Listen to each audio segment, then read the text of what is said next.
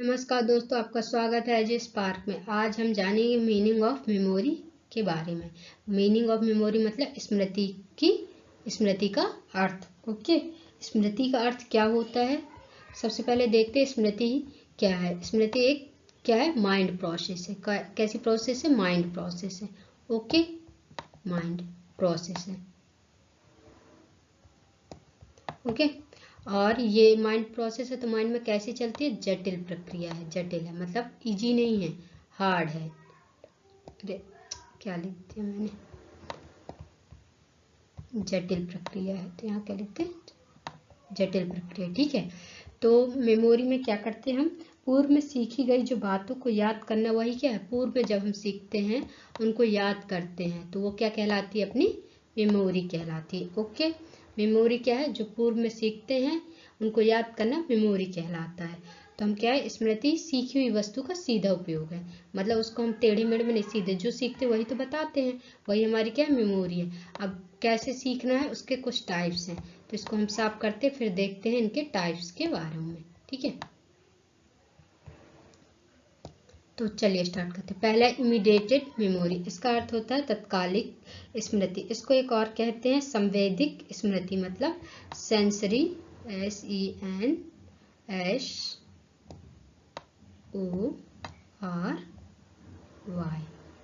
Sensory memory. Okay, मतलब होता है संवेदिक स्मृति। इसमें क्या होता है? किसी वस्तु को सीखने के उपरांत तत्काल रिवीजन करने की आवश्यकता होती है। मतलब तुरंत रिवीजन करने की आवश्यकता हो तो वो क्या कहलाएगी? अपनी इमीडिएटेड मेमोरी या तत्कालिक स्मृति या सेंसरी मेमोरी। ओके, फिर परमानेंट मेमोरी क्या कहलाती है? मतलब स्थायी स्मृति। स्थायी स्मृति क्या होती है? जब मन में सीखे हुए तत्वों को स्थायी रूप से ग्रहण कर लेते हैं।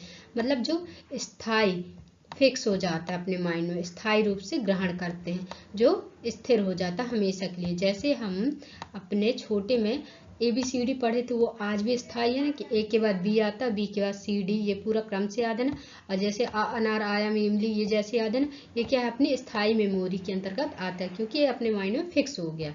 फिर तीसरा एक्टिव मेमोरी क्या कहलाती है?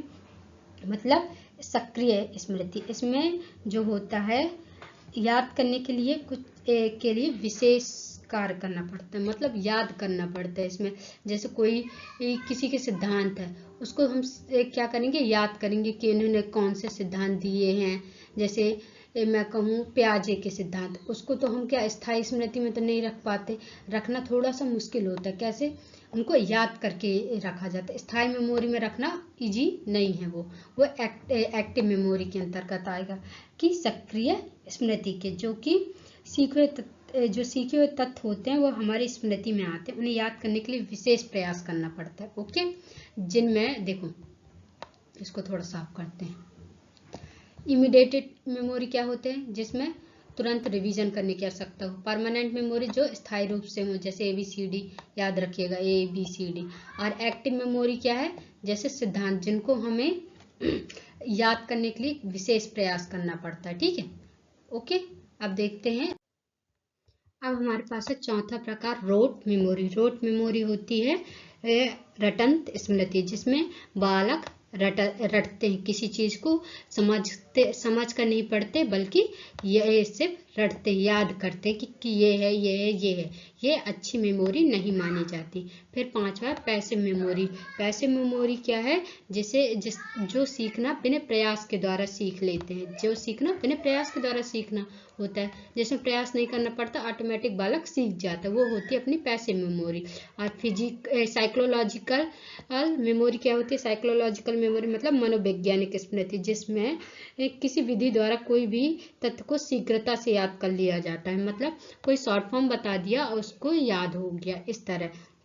जैसे ट्रिक बताते हैं तो उससे जल्दी याद हो जाता है, याद नहीं हो तो मैं ट्रिक के द्वारा जल्दी याद होता है, वो साइकोलॉजिकल मेमोरी कहलाती है। वीडियो अच्छी लगी हो तो लाइक करें, सब्सक्राइब करें। Thank you.